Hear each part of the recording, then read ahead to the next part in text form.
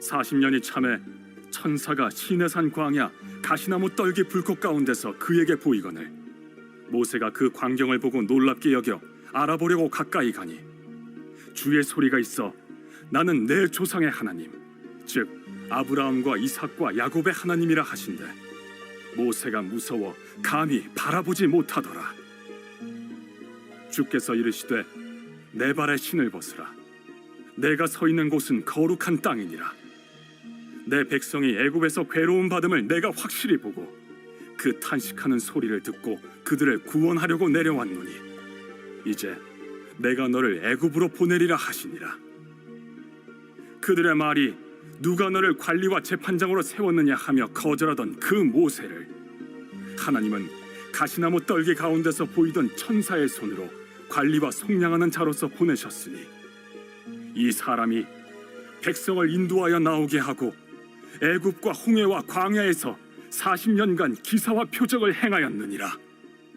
한 인터넷 매체에 올라온 익명으로 올라온 종이의 쓰임이라는 산문이 있는데 그 산문을 잠시 소개해 드립니다. 간단한 내용입니다. 포장지는 벗기고 나면 쓰레기가 됩니다. 신문은 읽고 나면 쓰레기가 됩니다. 스케치북은 그림을 다 그리고 나면 쓰레기가 됩니다. 그러나 같은 종이라도 책은 대접을 받습니다.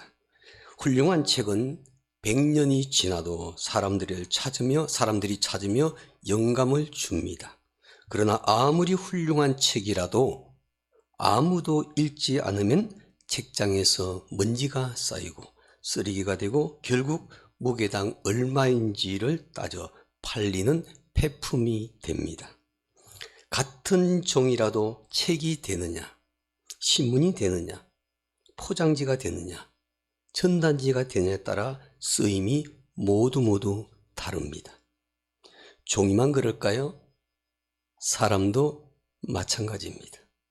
같은 사람이라도 누구에게 어떻게 쓰임 받느냐에 따라 그 사람의 인생의 의미가 달라지게 되죠.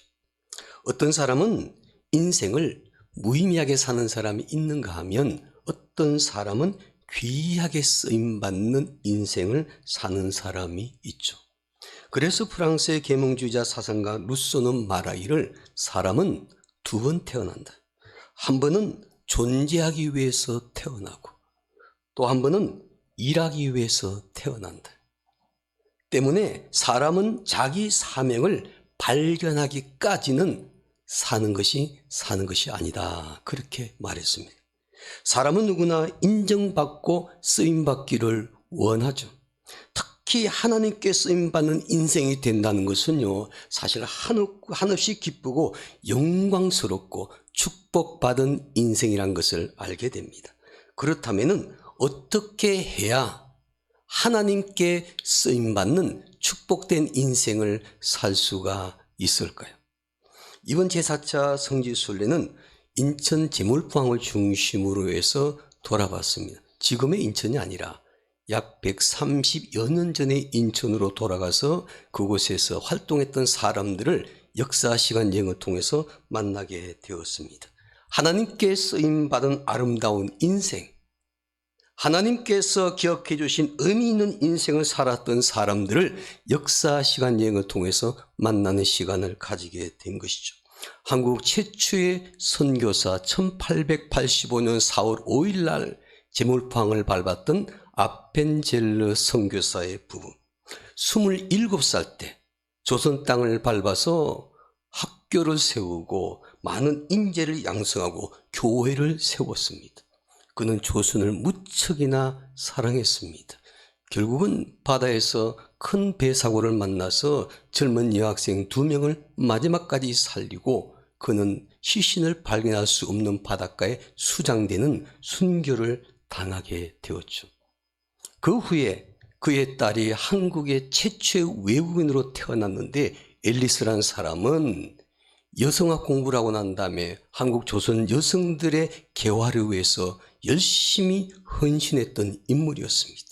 그분은 이화여대 총장을 지냈고 이화여대를 오늘날의 현대 시설을 갖춘 데 아주 공헌을 했던 인물이었습니다.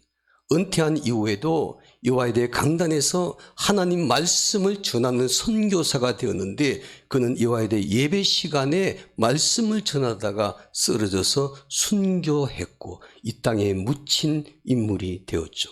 그의 아들 헨리 다지라는 사람은 아버지가 세운 배제 중고등학교 교장이 되어서 그리고 많은 한국의 인재들을 양성을 했고 6.25 한국전쟁이 터질 때 전 세계가 한국이 어딘지를 알지 못했을 때 해외에 많은 사람들에게 편지를 보내서 한국의 실정을 알리고 많은 원조를 받고 한국을 위해서 헌신했던 사람이었고 그는 마지막 죽을 때 미국에 죽지 않고 한국 땅에 묻히기로 결심하고 양화진에 그의 아버지 시신이 없는 비석 옆에 그의 누나와 함께 묻혀 있는 사람이 되었습니다. 언더우드 선교사는 어떻습니까? 한국 최초로 아펜젤러 성사와 함께 제물포항에 와서 한국의 여러 교회, 세미남 교회를 통해서 복음을 전했고 연세대학교를 세워서 많은 인재를 양성했습니다. 그의 가정은요, 지금 현재까지도 5대인데 우리나라에 머물면서 한국을 위해서 헌신한 인물로 살고 있습니다.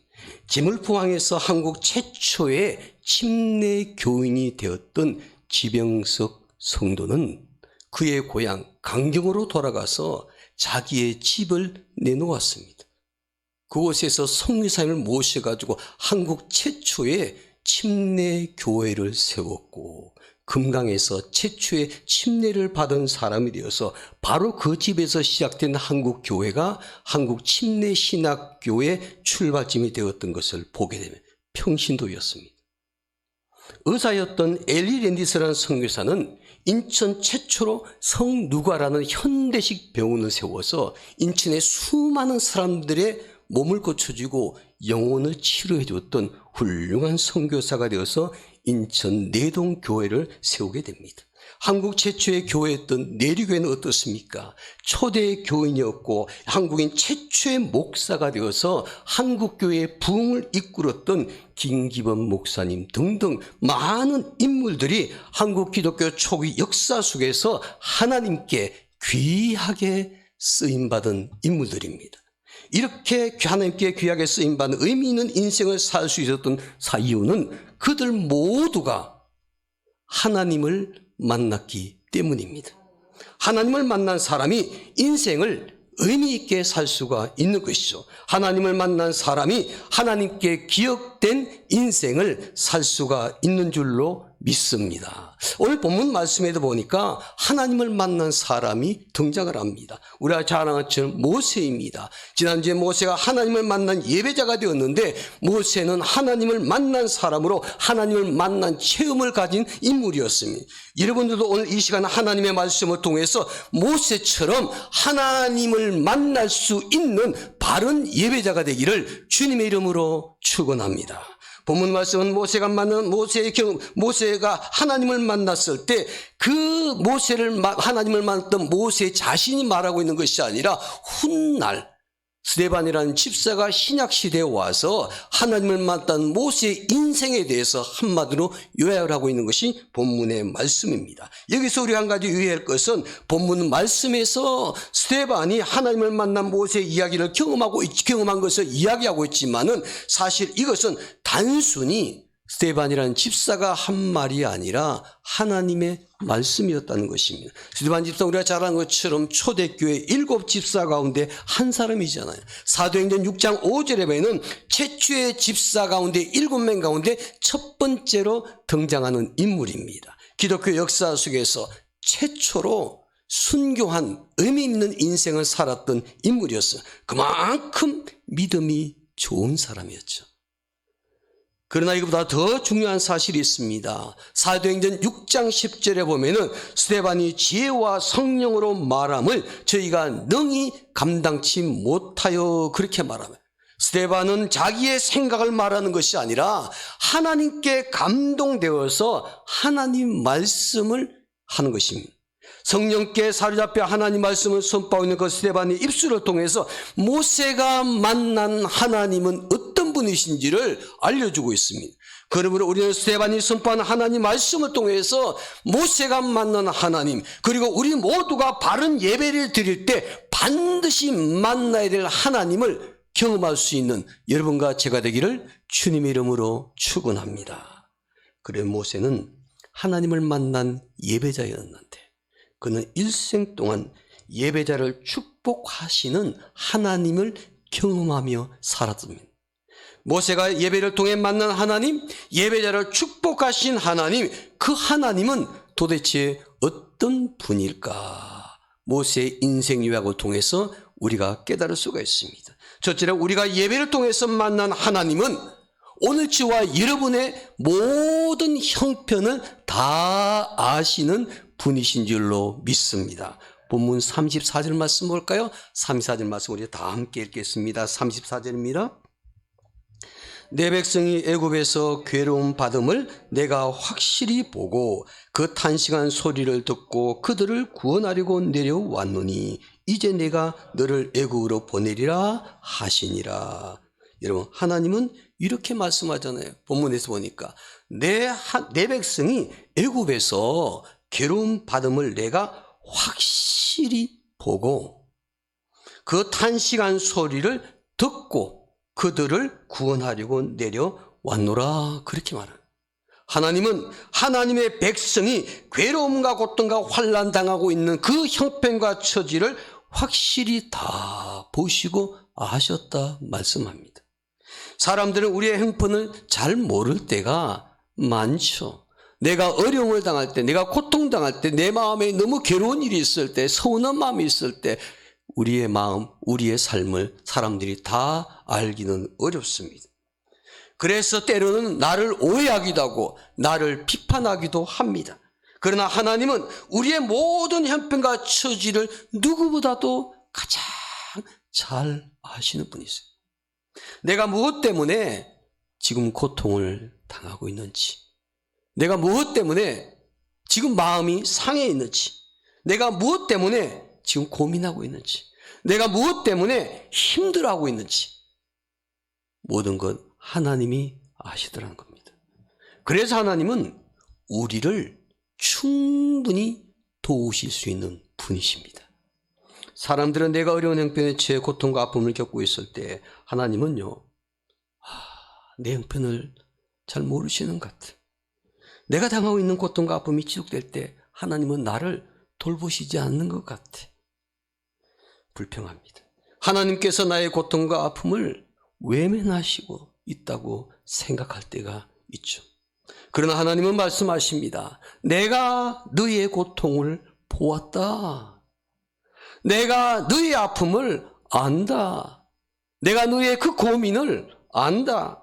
사람들은 내가 당하고 있는 고통과 아픔을 잘 몰라도 하나님은 아신다고 말합니다. 사람들은 어려움에 처해 있는 나를 외면할지라도 하나님은 절대로 외면하지 아니하고 예배를 통해서 우리를 만나주신다고 말합니다. 나의 형편을 잘 아시는 하나님, 나의 처지를 잘 아시는 하나님, 그 하나님을 바른 예배를 드릴 때마다 만날 수 있는 예배자가 꼭 되시기를 주님의 이름으로 축원합니다. 하나님은 나의 형편과 처지를 아십니다. 무엇 때문에 힘들어하고 고통받고 있는지, 또 우리의 가정에 무엇 때문에 고통을 받고 필요한 것이 무엇인지, 나의 사업장에 필요한 것이 무엇인지 하나님은 모든 것을 아시기에 예배를 통해서 우리를 만나시고 우리를 치료하시고 세우시고 도우시고 바르게 사용하시기 원하시는 하나님이신 줄로 믿습니다. 그 하나님을 항상 예배를 드릴 때마다 꼭 체험할 수 있는 바른 예배자가 되시기를 주님의 이름으로 축원합니다. 이것이 예배자의 축복 가운데 하나입니다. 둘째로 우리가 예배를 통해서 만난 하나님은 말씀하신 것을 때가 되면 반드시 이루시는 분입니다. 우리가 믿는 하나님은 때가 되었을 때 모든 일을 다 이루시는 분인데 바로 모세가 만났던 하나님이 바로 그런 하나님이셨습니다. 본문 30절을 볼까요? 30절 말씀 우리 다 함께 읽겠습니다. 40년이 참에 천사가 시내산 광야 가시나무 떨기 불꽃 가운데서 그에게 보이거늘 그랬습니다. 몇 년이 찼다고 그랬습니까? 40년이 찼다고 그랬습니다. 모세가 시내산 광야에서 하나님을 만나게 되었죠. 만난 시기가 언제냐면요, 40년이라는 세월이 꽉 찼을 때 그가 하나님을 만나게 되었다고 말합니다. 우리 모세의 일생 120년까지 살았던 인생이었죠.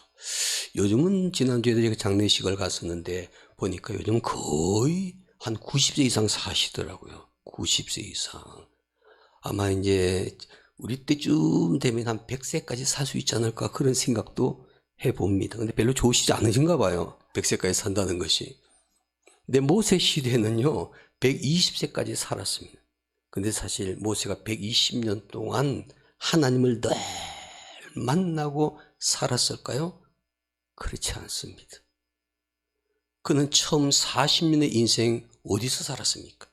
애국 왕궁에서 왕자 대접받으며 살았습니다. 그는 히브리인이었지만은 애국 왕궁의 양자로 들어가서 그곳에서 왕족처럼 40년의 세월을 살았습니다. 하나님과 상관없이 그는 왕궁에서 애국 문화를 배우고 그곳에서 왕자로 대접받으면서 인생을 그렇게 잘 보내고 살았습니다. 여러분, 모세가 그렇게 살다가 세상을 떠나버렸다면 하나님께 쓰임받지 못했을 것입니다. 애굽이란 세상 나라에서 잘 먹고 대접받으며 행복하게 살다가 모세가 인생을 떠나버렸다면 오늘 저와 여러분 이 예배 시간에 모세는 대화의 주제가 되지를 못합니다. 하나님께서 기억해 주시지를 않을 것이고 이스라엘 백성들도 그를 기억해 주지 않을 것입니다. 40년의 인생 잘 먹고 잘 살고 대접받고 그렇게 살았지만 그것이 다가 아니었죠. 그 다음에 40년의 인생은 어떻게 되었습니까? 그의 동족에게 쫓겨나서 미디안 광야로 망명생활, 토피생활하고 있죠. 왕궁과는 전혀 반대의 삶을 살게 됩니다. 그는 많은 고통과 시련을 겪으면서 인생을 40년 동안 살아왔어요. 80세까지. 만약 모세가 거기에서 인생이 끝나버렸다면 그의 인생은 고통과 시련과 환난만 겪다가 떠나버린 인생이 될 것이고 그리고 사람들에게 기억되지 못한 인물이 되었을 것입니다. 그런데 모세는요, 마지막 40년 81세부터 120세까지는 하나님께 너무나 귀하게 쓰임받는 사람이 되었습니다. 하나님께서 기억해 주신 사람이 되었습니다. 모세가 이처럼 40년 동안 애굽에서 호화롭게 살다가 그리고 40년을 광야에서 고통과 시련 가운데 살다가 마지막 40년은 하나님께 귀하게 쓰임받는 인물로 살게 되었던 것은 그가 호렙산에서 시내산에서 하나님을 만났기 때문입니다. 하나님을 만났기 때문에 모세가 마지막 40년을 위대한 인생을 살게 된 것이거든요. 사랑하는 성분, 우리의 인생이 의미 있고 가치 있고 하나님께 기억된 바 된 인생을 살려면요 반드시 하나님을 만나셔야 됩니다. 바른 예배를 통해서 예배를 드릴 때마다 하나님을 만나는 사람이 인생을 의미 있게 살 수 있고 하나님께 쓰임받게 되고 하나님께 기억된 바 된 인생을 살 수 있는 줄로 믿습니다. 그래서 하나님께서는 모세에게 때가 되었을 때 모세에게 찾아오셨습니다. 그리고 모세를 만나 주셨습니다. 그것은 하나님께서 모세에게 정해놓으신 때가 되었기에 하나님께서 모세를 통해서 그 위대한 인생을 살 수 있도록 그에게 역사해 주신 것을 보게 됩니다. 사랑하는 성은, 하나님은요 반드시 하나님의 때가 되면은 그를 도우셔서 그로 하여금 하나님의 위대한 일을 감당할 수 있도록 약속을 지켜주시는 하나님이 되시는 줄로 믿습니다.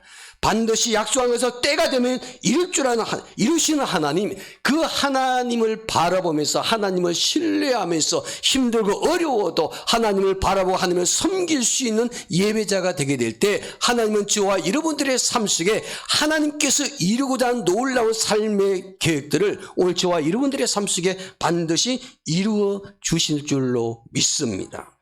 성경에 보면요, 하나님께 귀 쓰임 받기를 원하는 사람마다 많은 준비할 시간들이 필요했었죠. 고통의 시간들이 필요했으면 다 철저하게 훈련시키시는 하나님의 계획 속에 들어가 있는 것이었습니다. 요셉은 정말 정금같이 쓰임받기 위해서 성경에 보니까 13년이란 세월 동안 애굽에 가서 훈련을 받았던 사람, 종살이도 하고 감옥 생활을 했던 사람이었습니다. 야곱을 쓰시기 위해서 20년 동안 어려운 환경 가운데 광야에서 그가 훈련받도록 하나님께서 만드셨습니다. 여호수아를 쓰시기 위해서 모세의 시종으로서 40년 동안 섬기는 삶을 살게 만드셨습니다. 하나님은 존귀하기로 쓰시기를 원하는 인물일수록 하나님의 사람을 만들기를 원하셔서 철저하게 훈련시키시고 준비시키시고 쓰시는 하나님이 되시는데, 그것은 하나님의 때가 되면은 반드시 이루어 주신 하나님이 되시기 때문인 줄로 믿습니다. 우리가 예배할 때마다 우리를 쓰시기를 원하신 하나님, 그 하나님을 아름답게 꼭 만날 수 있는 성도들이 되기를 주의 이름으로 축원합니다. 우리가 예배를 통해서 만난 하나님은 옳지와 여러분들의 모든 형편을 다 아시는 분이시고, 예배를 통해서 만난 하나님은 때가 되면 모든 일을 반드시 이루시는 분이십니다. 그리고 우리가 예배를 통해서 만난 하나님은 능력의 하나님이 되시기에 그 하나님의 능력을 나타내 주시는 분이십니다. 마지막 36절 볼까요? 36절 말씀 이렇게 다 함께 읽겠습니다. 이 사람이 백성을 인도하여 나오게 하고 애국과 홍해와 광야에서 40년간 기사와 표적을 행하였느니라. 여러분 보십시오. 모세는요, 애국과 홍해와 광야에서 무엇을 행했다고 하냐면 기사와 표적을 행했다고 그랬습니다. 한두 번도 아니고 1년, 2년도 아니고 오늘 본문에 보니까 40년간 기사와 표적을 행하였다고 말씀하고 있죠. 모세의 이런 기사와 표적은 누구의 능력이겠습니까? 모세의 능력이었습니까? 아닙니다. 하나님의 능력이었습니다. 모세는 하나님의 능력으로 기사와 표적을 40년 동안 행하며 살았다고 성경은 말씀하고 있죠. 그러므로 모세가 예배를 통해서 만난 하나님은 어떤 분이시냐면, 모세를 사용하신 하나님은 어떤 분이시냐면 능력의 하나님이 되신다는 겁니다.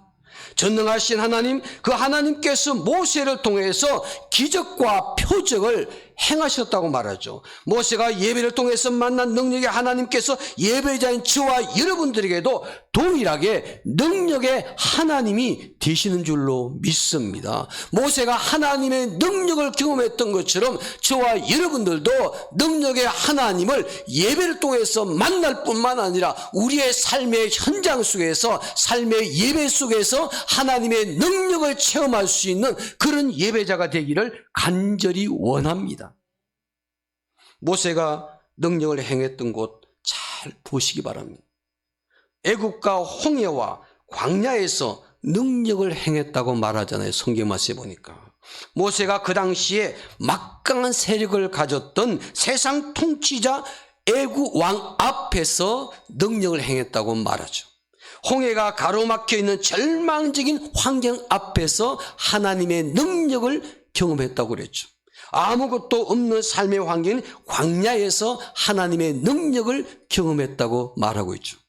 하나님의 능력은요, 어떤 사람과 어떤 환경과 어떤 장소에도 제약을 받지 않고 예배를 통해서 하나님을 만나기만 하면 우리의 삶 속에 그 하나님의 능력으로 삶을 살 수 있는 예배자가 되는 줄로 믿습니다.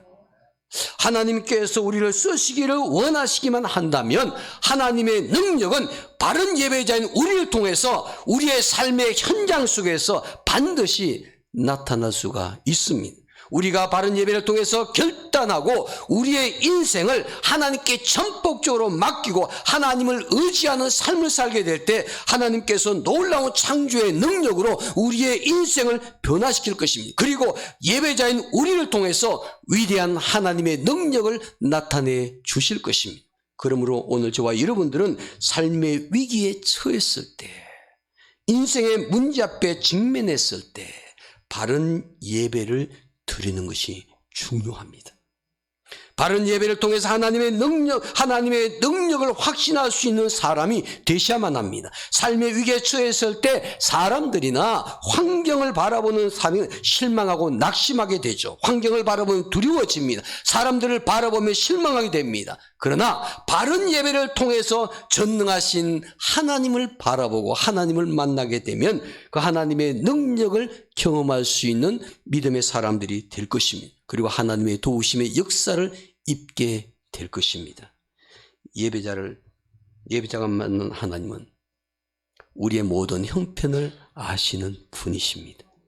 예배자가 만난 하나님은 때가 되면 모든 것을 다 이루시는 분이십니다. 예배자가 만난 하나님은 능력의 하나님이 되십니다.